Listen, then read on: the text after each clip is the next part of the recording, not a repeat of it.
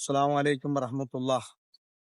ഞാൻ എൻ്റെ ഇസ്ലാമിക പ്രവേശനത്തിന് ശേഷം അൽബദ്രി സോൾഡേഴ്സ് എന്ന ഗ്രൂപ്പിനോടൊപ്പം ഉംറ നിർവഹിക്കുന്നതിനാണ് ഞാൻ എത്തിയത്.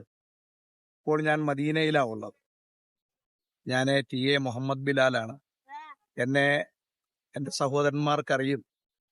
ഞാൻ 1998 ഇസ്ലാം മതം സ്വീകരിച്ചതാണ്. RSSന്റെ പ്രവർത്തകനായി, ഒരു BJPയുടെ മുഴുവൻ സമയ പ്രവർത്തകനായ ഒരു കാലഘട്ടം കഴിഞ്ഞുപോയി. അങ്ങനെ എറണാകുളം ജില്ലയിലെ ഒരു പട്ടികജാതി കോളനിയിൽ അയ്യപ്പന്റെയും കാളിയുടെയും മകനായി ജനിച്ച ഞാൻ എൻ്റെ ഇസ്ലാമിക പ്രവേശനം എല്ലാവരും അവഗണിക്കപ്പെട്ട ഒരു ദലിത് വിഭാഗത്തിൽ ജീവിച്ച എനിക്ക് ഏറ്റവും കൂടുതൽ അംഗീകാരം ലഭിക്കപ്പെട്ട, ഏറ്റവും കൂടുതൽ സ്നേഹിക്കുന്ന ഒരു സമൂഹത്തോടൊപ്പം, അതിനെല്ലാം ഉപരിയായി ഞാൻ ഈ മദീനയുടെ മണ്ണിൽ നിൽക്കുമ്പോൾ എന്നെ വല്ലാതെ മനസ്സിൽ ത്രസിച്ചു നിൽക്കുന്ന ഒരു സംഭവം എൻ്റെ സഹോദരങ്ങളോട് ഈ അവസരത്തിൽ ഞാൻ പങ്കുവെക്കുകയാണ്.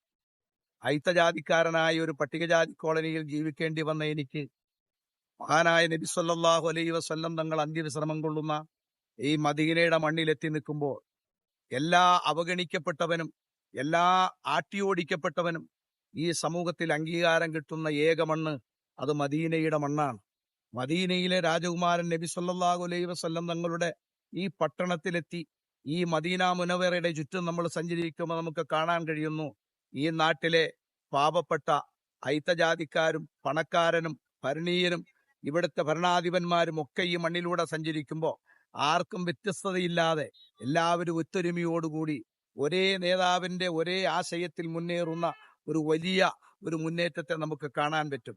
ഇത് ലോകത്തെവിടെയും കാണാൻ കഴിയില്ല.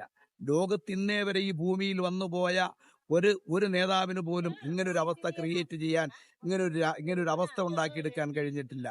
കറുത്തവനെയും വെളുത്തവനെയും ചേർത്ത് നിർത്തുന്നു, പണക്കാരനെയും പാവപ്പെട്ടവനെയും ചേർത്ത് നിൽക്കുന്നു, അറബിയെയും അനറബിയെയും ചേർത്ത് നിർത്തുന്നു, കറുത്തവനെയും വെളുത്തവനെയും ചേർത്ത് നിർത്തുന്നു.